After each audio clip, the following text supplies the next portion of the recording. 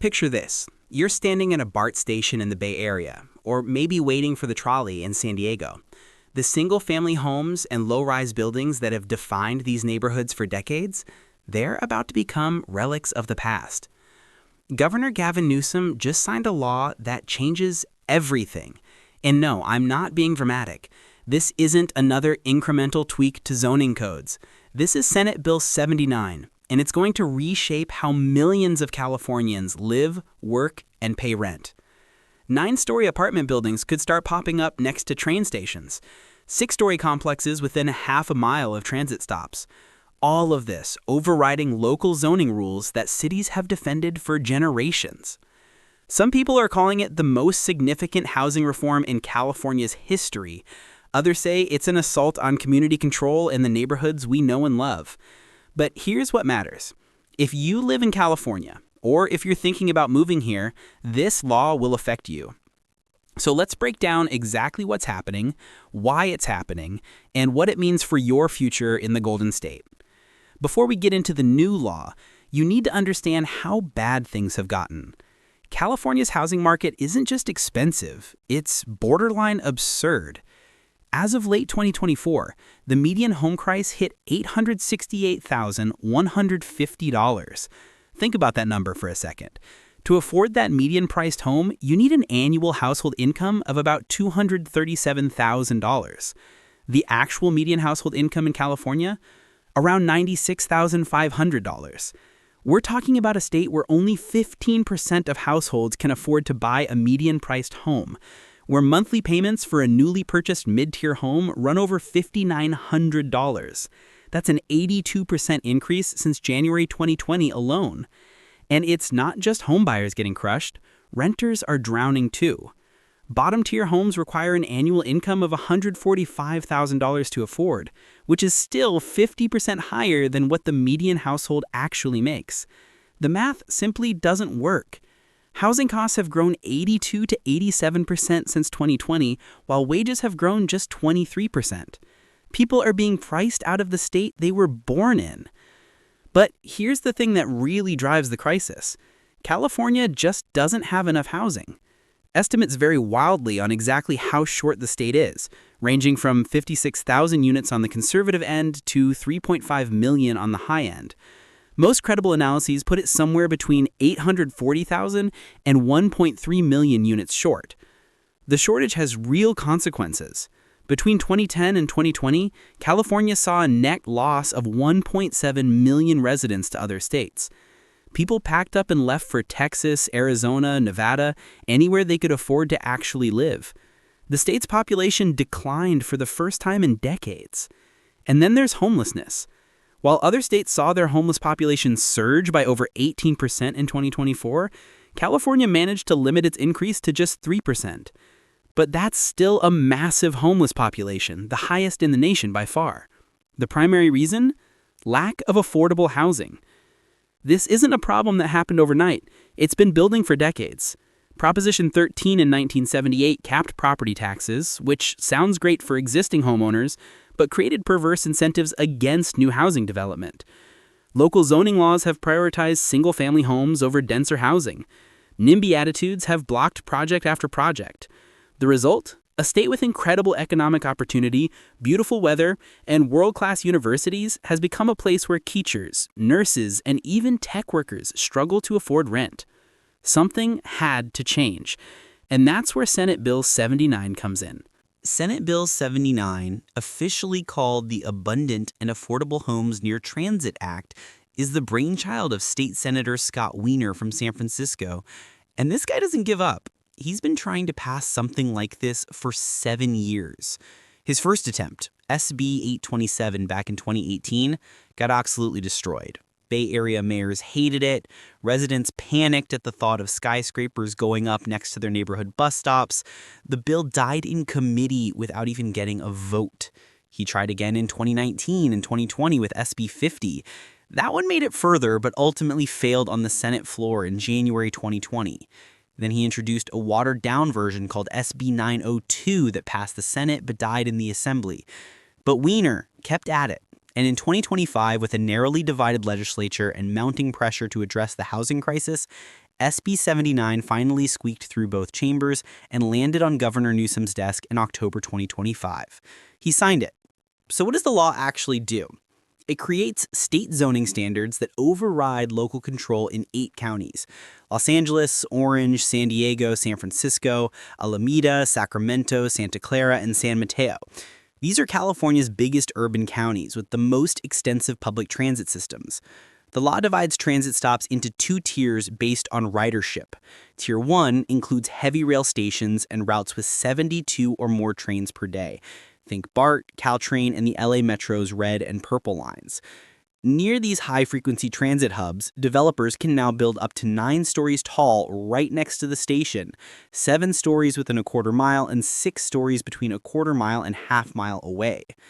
Tier 2 covers light rail and bus rapid transit with 48 or more trains daily. This includes systems like Muni Metro, the San Diego Trolley, and the Orange Line BRT in LA. Here, buildings can go up to 8 stories right by the station, 6 stories within a quarter mile, and 5 stories between a quarter mile and a half mile away. The law takes effect July 1, 2026. After that date, if your property falls within a half mile of a qualifying transit stop, the new height limits apply regardless of what local zoning currently says. Now, there are some exceptions. The law doesn't apply to areas at high risk for wildfires or sea level rise. Historic districts get some protections, and cities that are actually meeting their state-mandated housing targets can propose alternative plans as long as they produce at least as much housing capacity as SB 79 would. But for most urban neighborhoods near transit, the old rules are out the window. Projects that meet certain affordability requirements, labor standards, and environmental rules can also take advantage of streamlined ministerial approval under existing laws like SB 423. That means less discretionary review, fewer public hearings, and faster approvals. The law also allows transit agencies like BART and the San Diego Metropolitan Transit System to develop their own land. They can create their own zoning standards for properties they own near stations, opening up massive redevelopment opportunities. This is a big deal. Transit agencies often own parking lots and underutilized land around stations. Now they can turn those spaces into housing while generating revenue to improve transit service. It's a potential win-win, at least on paper. And hey, if you're finding this breakdown helpful, hit that subscribe button for Discover Cities. We dive deep into how cities are changing, what's working, what's failing, and what it all means for where you live. New videos every week. Now back to the law. Senator Wiener and his allies at California YIMBY have been pushing this vision for years. More housing near jobs and transit is the key to solving California's affordability crisis. Their argument goes like this. California has spent decades building car-dependent sprawl while restricting housing in job-rich, transit-accessible urban cores. The result? Long commutes, traffic congestion, greenhouse gas emissions, and skyrocketing housing costs in places where people actually want to live. SB 79 flips that pattern. It encourages dense housing exactly where it makes the most sense, near public transit. People who live near BART or the Metro can get to work without driving. They save money on car payments, gas, and insurance. They spend less time stuck in traffic and more time with their families. From an environmental perspective, this is climate policy. Transportation is California's largest source of greenhouse gas emissions. Getting more people onto transit and out of cars is critical to meeting the state's climate goals. As Michael Lane from SPUR put it, the new standards will boost ridership, meet our climate goals, and provide the housing we desperately need. Then there's the simple economics of supply and demand. California has a profound shortage of homes. When supply is constrained and demand is high, prices go up. The solution? Build more housing. A lot more housing. SB 79 could unlock hundreds of thousands of new homes in exactly the places people want to live. Urban neighborhoods near downtown San Francisco, Oakland, LA, San Diego, Sacramento, places that are currently dominated by single-family homes and low-rise buildings but are within walking distance of major transit and job centers. As those new units come online, they increase supply and put downward pressure on rents and home prices. Even if the new units are market rate, they still help. When higher-income people move into new apartments, they vacate older, less expensive units that then become available to moderate-income households. Housing economists call this filtering, and it's a real phenomenon. Adam Murray from the Inner City Law Center framed it in terms of homelessness.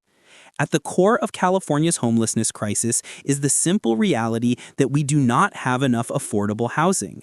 By signing SB 79, Governor Newsom has taken decisive action to open the door to more affordable homes where people need them most. Supporters also point to fairness and opportunity. Right now, California's most expensive neighborhoods, the ones with the best schools, lowest crime rates, and easiest access to jobs, are locked up with restrictive zoning. Only the wealthiest families can afford to live there. Everyone else gets pushed to the outskirts or out of state entirely.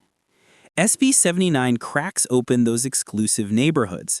It forces affluent communities to accept more housing and more economic diversity. That means more kids from working-class families getting access to great public schools, more young professionals being able to live near where they work, more seniors on fixed incomes staying in the communities they've called home for decades. Brian Hanlon, CEO of California YIMBY, called the signing decisive action to fight our housing shortage and climate crisis and said it sent a clear message that California is ready to build a more affordable, sustainable, and prosperous future for everyone. And there's another angle: property rights.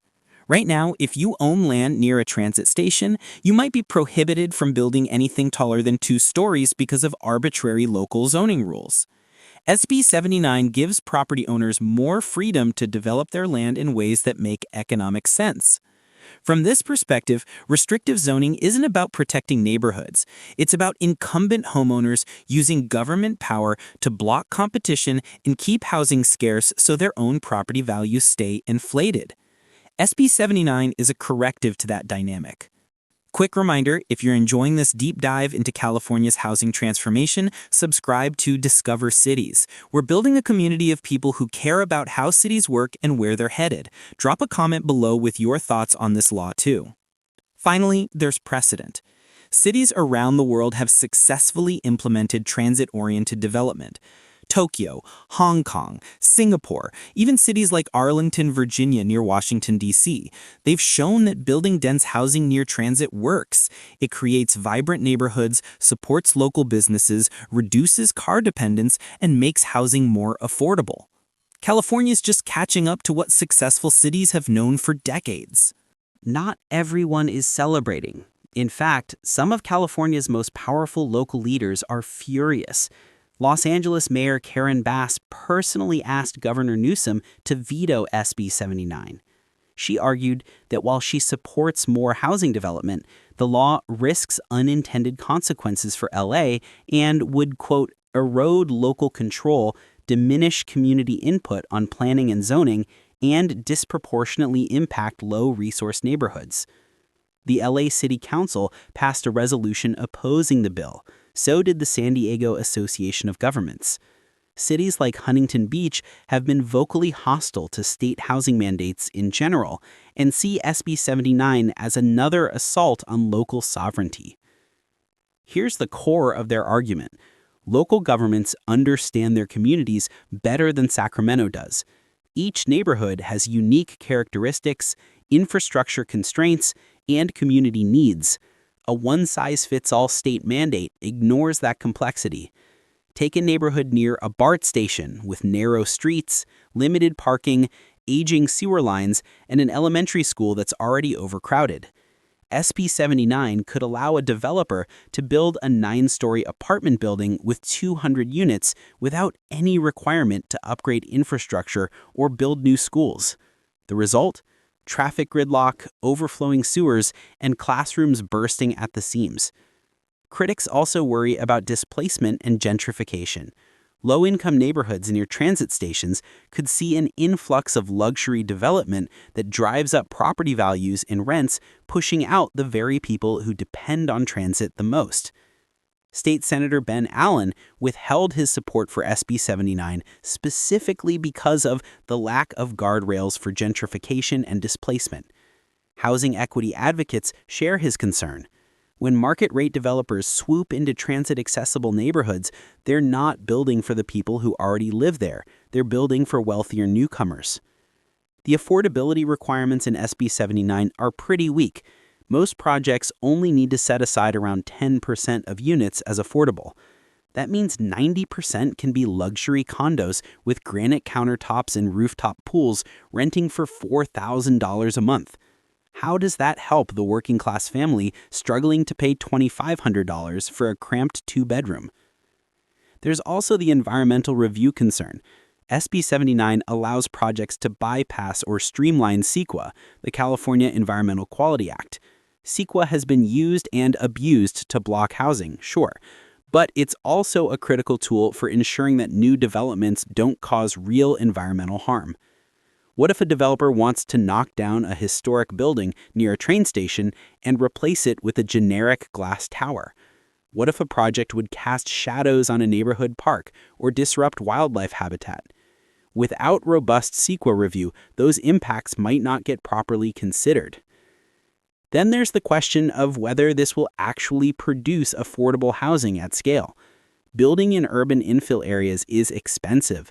Land costs are high, construction costs are high, and permitting can still be a nightmare even with streamlining. Developers might find that even with the new height limits, projects don't pencil out financially. High interest rates, expensive labor, and the complexity of urban construction could mean that very few projects actually get built. And if projects do get built, they might sit empty or become high-end condos for international investors, doing nothing to help the average Californian find a place to live. Some critics go further and argue that the whole build more supply theory is flawed. They point to cities like San Francisco that have built thousands of new units in recent years without seeing rents come down. The new apartments are all luxury units, they say, and they attract more high-income workers, which just drives up prices in the surrounding area. Finally, there's the political argument. A coalition of cities, led by Huntington Beach, is working to place a statewide ballot measure that would restore local control over housing decisions. If that passes, it could undo SB 79 and other state housing mandates entirely. These local officials argue that state legislators in Sacramento are too far removed from local conditions and too beholden to developer money. They see SB 79 as an undemocratic power grab that tramples on the principle of home rule. So SB 79 is now law. What actually happens? The law takes effect July 1, 2026. That gives developers, cities, and transit agencies about 8 months to prepare. In that time, expect a flurry of activity. Developers will start assembling sites near major transit stations. They'll be looking for properties they can buy or negotiate development deals on. In high-value areas like San Francisco's Mission District or West LA near Expo Line stations, the land is already expensive. But the ability to build 9 stories instead of 3 makes those parcels way more valuable. Cities will start updating their general plans and zoning maps to reflect the new reality. Some will try to carve out exceptions or implement their own alternative plans if they qualify. San Francisco Mayor Daniel Lurie has already proposed a family zoning plan that would exempt certain neighborhoods from SB 79 upzoning until 2032 if approved by the Board of Supervisors. Transit agencies will start looking at their own land holdings. BART, for example, owns dozens of surface parking lots around its stations. Some of those could be redeveloped into thousands of new homes with ground floor retail and public plazas. The transit agency could generate revenue from leasing the land or partnering with developers, which could fund improvements to the transit system itself. But here's the catch. Building housing takes time. A lot of time. Even with streamlined approvals, a typical multifamily project can take 3 to 5 years from initial planning to occupancy. First, you need to acquire the land, then design the building, line up financing, get permits, do environmental review, even if it's streamlined, start construction, finish construction, and lease or sell the units. So don't expect a wave of new housing to hit the market in 2027. The real impact of SB 79 probably won't be visible until the late 2020s or early 2030s. And that assumes everything goes smoothly, which it won't. There will be legal challenges, neighborhood groups will sue, cities will try to find ways around the law, developers will face the same high costs and market uncertainties they always do. High interest rates remain a huge obstacle. Right now, with 30-year mortgage rates hovering around 6.8% and construction loans even higher, many projects that might have been financially viable a few years ago just don't work. Developers are holding off, waiting for rates to come down. California's construction labor market is also constrained. There aren't enough skilled workers to handle a massive increase in projects. If SB 79 does spark a building boom, labor costs could spike even higher, eating into feasibility. Then there's the question of political backlash. If voters are angry enough about losing local control, they might pass that ballot initiative to restore it, or the legislature could swing back toward local control in future elections. Governor Newsom leaves office in January 2027. Will his successor continue to prioritize housing production and support state mandates like SB 79, or will they try to placate angry cities and neighborhood groups by scaling back the law? On the other hand, there are reasons to be optimistic. California's housing shortage is real, and the pressure to do something about it is only growing. Younger voters who have borne the brunt of the affordability crisis strongly support more housing. The YMBI movement has momentum and political influence. And there's already precedent for state mandates working. Laws like SB 35, which allows streamlined approval for certain affordable housing projects, and AB 2011, which allows multifamily housing on commercial land, have sparked thousands of new housing applications. SB 79 builds on those successes. It's not a silver bullet, but it's a serious tool in the toolbox for addressing California's housing crisis. Before we get into what this means for California's future, make sure you're subscribed to Discover Cities. We break down urban planning, housing policy, and city development in ways that actually make sense. Hit that bell icon so you don't miss our next video. Zoom out for a second. SB 79 is part of a much bigger shift in California politics and policy. For decades, California housing policy was dominated by local control. Cities could zone however they wanted, approve or reject whatever projects they wanted, and catered to the loudest voices in the room, which were usually existing homeowners who didn't want change. That era is ending. Since around 2017, the state has passed law after law chipping away at local authority over housing. Accessory dwelling units, state mandated. Streamlined approval for affordable housing, state mandated. Limits on rent increases, state mandated. And now height limits near transit, state mandated. This is a fundamental rebalancing of power between the state and local governments, and it's driven by a recognition that the old system failed. Local control led to a state with some of the highest housing costs in the world, massive inequality, sprawling development patterns, and a homelessness crisis that became a national embarrassment. State legislators concluded that cities couldn't be trusted to solve the problem on their own, so Sacramento stepped in. This shift is controversial. It raises profound questions about democracy and governance. Should local communities have the right to decide what kind of development happens in their neighborhoods? Or should the state impose solutions in the name of the greater good? There's no easy answer. But what's clear is that California is experimenting with a different model, one where the state sets the rules and cities have to follow them. If it works, if California actually builds hundreds of thousands of new homes near transit and sees housing costs stabilize or even decline, it could become a blueprint for other high-cost states. Washington, Oregon, New York, Massachusetts, they're all watching. If it fails, if the new housing doesn't materialize or doesn't improve affordability, or if the backlash from cities and voters is too strong, the whole approach could collapse. What makes this moment so significant is that California isn't just tweaking policy at the margins. The state is making big, bold bets on how to solve one of its most intractable problems. And housing is connected to everything else. It's connected to the economy. When workers can't afford to live near their jobs, businesses struggle to hire. It's connected to transportation and climate. When people have to commute 50 miles each way, they burn fossil fuels and waste hours of their lives. It's connected to education. When families are constantly moving in search of affordable rent, kids change schools and fall behind. It's connected to health. Overcrowded, substandard housing leads to stress, disease, and shortened lifespans. If California can fix housing, it can fix a lot of other things too. And if it can't, well, the exodus will continue. People will keep moving to Texas and Idaho and wherever else they can afford to buy a house and raise a family. The stakes are enormous. This isn't just about whether San Francisco gets some new apartment buildings near BART stations. It's about whether California can remain a land of opportunity, a place where people from all backgrounds can build a good life. So, will six-story buildings change everything? Honestly, it's too early to say. SB 79 is a landmark piece of legislation. It represents a historic shift in how California approaches housing and land use.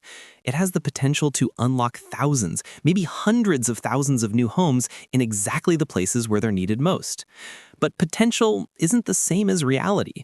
Laws don't build housing. Developers build housing. And developers need projects to pencil out financially. They need predictable approval processes. They need construction workers, materials, and financing. California still faces massive obstacles.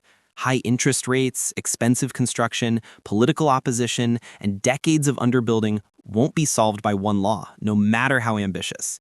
What SB 79 does is create an opportunity. It removes a major barrier, restrictive local zoning, that has blocked housing for too long. It signals that California is serious about change. And it gives developers and transit agencies the tools to build at scale near transit. Whether they use those tools remains to be seen. For the average Californian, here's what you should watch. Starting in 2026, pay attention to what's getting proposed near transit stations in your area. Are developers actually submitting applications for big projects? Are transit agencies moving forward with redevelopment plans? Are cities cooperating or throwing up roadblocks? Then, in a few years, watch what actually gets built. Are cranes going up? Are new buildings opening? And most important, are rents and home prices starting to level off or come down? If you're a renter struggling to afford your current place, SB 79 might lead to more options down the road. If you're a homeowner worried about your neighborhood changing, well, it probably will. If you're a young person wondering if you'll ever be able to afford to stay in California, this law is one of the biggest reasons to be hopeful.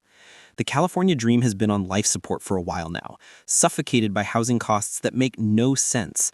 SB 79 is an attempt to revive it, to say that if you work hard and contribute to your community, you should be able to find a decent place to live without spending 60% of your income on rent. It's going to be messy. There will be winners and losers. Some neighborhoods will transform dramatically, others will barely change. Developers will get rich. Some projects will fail. There will be lawsuits, protests, and political drama. But here's the bottom line. California can't keep doing what it's been doing. The status quo is broken. SB 79 is a big swing at fixing it. Maybe it works, maybe it doesn't, but at least the state is finally trying something bold. And in a state that's supposed to be about innovation and reinvention, that's what we should demand. Not timid incrementalism, not endless studies and commissions, bold action to solve big problems. Will six-story buildings change everything? Maybe not everything, but they might just save California's future, and that's worth paying attention to.